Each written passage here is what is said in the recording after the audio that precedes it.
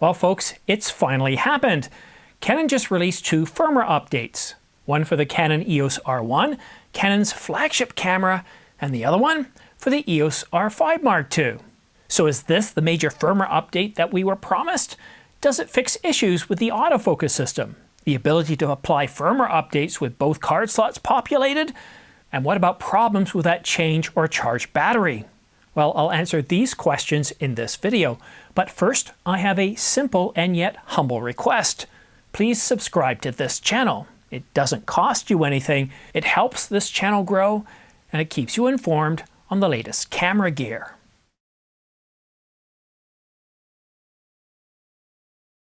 Earlier this morning, Canon released firmware update 1.0.2 for the EOS R1, and it has 2 notable changes. The first noted change, Canon optimized the timing in the camera when the temperature rise warning appears. And the second notable update? Well, Canon fixed an issue with the autofocus system where the subject doesn't always get focused at certain zoom ranges. And I wasn't really expecting a major firmware update for the Canon EOS R1. As I said in some previous videos, the R1 has been working very well out of the gate. Although when Canon announced the R5 Mark II and the R1 back on July the 17th, Canon had another, 4 or 5 months before the release, before the actual shipping of the R1, sometime in the middle of November. I think it was November the 14th. And it should work flawlessly. It's relied upon by professionals, wildlife and sports photographers in any environment under any condition to get that one shot and to get it right the first time. However, the Canon EOS R5 Mark II was a different story. It certainly was hyped up. We were getting a major firmware update for the R5 Mark II. And for many, well, there's an awful lot of, how shall we say, nagging bugs, issues with the camera. And I've had a few myself when I'm doing live streams, or the autofocus system, when the camera goes to sleep, doesn't quite wake up. So, do we have more updates for the EOS R5 Mark II? Is it a major firmware update?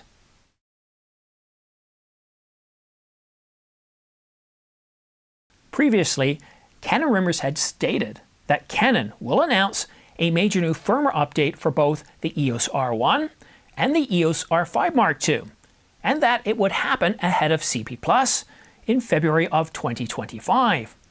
And then in a later post after CP+, Canon rumors said this: as with all things firmware related, they'll come when they're done. So we missed the mark on this one. We have seen a firmware update version for the EOS R1, and we think it's likely beta software in testing. However, we haven't seen anything in regards to the EOS R5 Mark II. When I attempted to do a live stream a couple of weeks back, I encountered an interesting problem. With a cable connected to the HDMI port on the Canon EOS R5 and to my computer, whenever I went into the menus, I only had about 2 or 3 seconds before it would kick me back out. Every single time. Whenever my R5 Mark II goes to sleep and I wake it back up, the autofocus system acts like an ill-tempered, pissed-off teenager that wants to go back to bed. It's awake, it's alive, but it's not functioning normally, and I have to switch it off and on again. Not something I want to do with a $4,300 camera that's now $39.99. So we are expecting an awful lot of bugs to be fixed in this firmware update. So, what did we get? Well, the first noted change is like the R1. Canon optimized the timing of the temperature warning, or at least when it appears. The second noted change resulted in fixing an issue where the subject could not be focused during autofocus in certain zoom ranges. In the third noted change, if the camera's firmware is version 1.0.1, Canon notes that we should update the firmware with only one memory card inserted into the camera. And the fourth noted change, there isn't one. That's it. Those are all the noted changes that Canon reports in the release notes. That's why they're noted changes.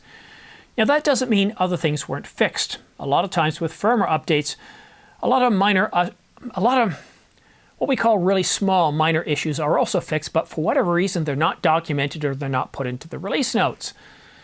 So the only way to get a true understanding of what this camera is like is to download the firmware, put it in your camera, and see how it runs. However, a little bit of caution there, because we've seen it in the past where firmware updates from Canon can brick cameras. So if this is your production camera, it's your only one, I'd recommend holding off for a couple of days or a couple of weeks. What I'm going to do is I'm actually going to go ahead and test the firmware update, which is why I'm not releasing this video right as soon as the firmware update came out, because I want to run with the firmware update for hours upon hours, seeing if I notice any differences between 1.0.2 and 1.0.3. I know it's frustrating. So I reached out to Canon Rumors, to Craig Blair himself, and I asked him if he had anything to contribute to the major enhancements that we were expecting for the Canon EOS R5 Mark II. So glasses time, let me read what he has to say, and this is a quote directly from Craig. He says, "Same old, software is done when it's done, like a Rockstar video game." So this kind of is reminiscent of what happened, what was it, last year? Yeah, I think it was last year. We were expecting a major firmware update for the Canon EOS R5, the Mark I, and it didn't come. No, it was the year before. It didn't come. We got a firmware update. We got a few firmware updates adding things such as pixel shift, which in the R5 Mark II is gone. I really do hope that comes back. So let's go ahead and see how my R5 Mark II performed in the hours of testing.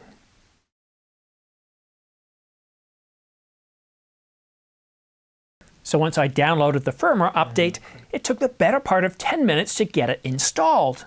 And like watching a pot of water boiling, it does seem to take a long time, longer than some computers take to do updates.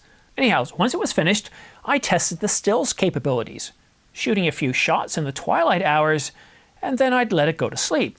And then I'd start shooting again, and I didn't notice any issues. Not with the autofocus system, not with anything.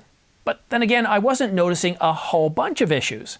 So I spent several hours testing firmware 1.0.3 with the R5 Mark II, and I really didn't encounter any what we would call showstopper issues. So if you're looking at updating your R5 Mark II, at least this guy here didn't notice much of a change from the way the R5 Mark II worked with firmware 1.0.2.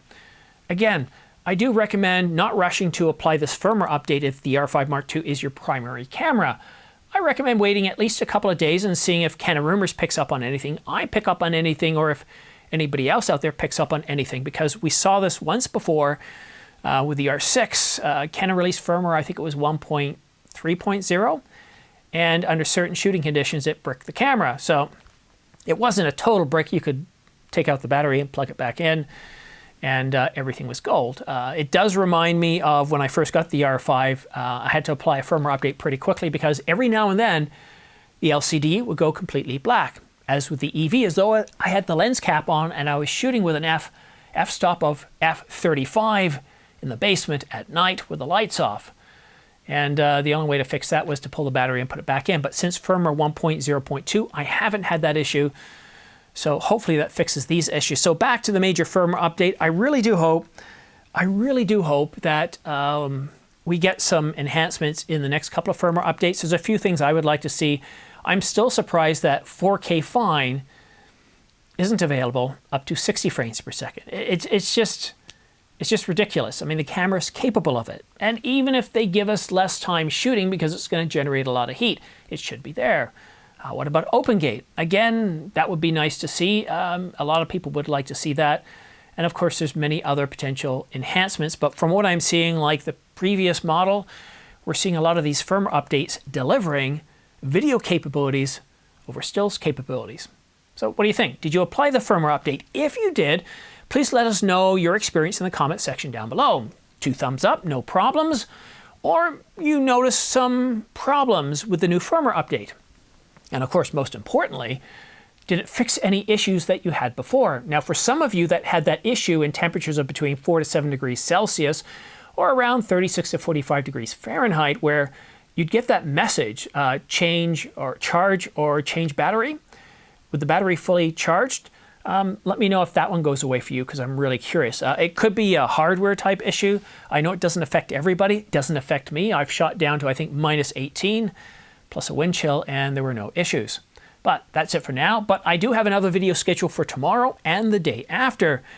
It's spring and things are starting to heat up. I know. Okay, so Ryan's giving me a funny, dirty look because spring doesn't start until what, the 21st or the 23rd? He's nodding at me. But you know what? When all the snow melts and you're starting to see green and all the birds are flying in, they're telling you, look, it's mating season, it's spring. So that's when things start to happen. That's when I take the 200 to 800 out, the 100 to 500, and we start to get some great shots. But thank you so much. Thank you for watching to the very end. I very much appreciate it. And if you're looking at buying any camera gear by Amazon.com, Adorama, or B&H, then please consider using my affiliate links down below, these guys right here, because this channel isn't sponsor supported, and it's sponsored by, or I guess you could say it is sponsor supported, it's sponsored by you. Whenever you use my affiliate links, it doesn't cost you anything, but I get a small 2 to 5% commission back, which really keeps the lights on. Thank you so much for tuning in. Thank you for watching to the very end. Have yourself a great day, a great weekend, and we'll see you again soon.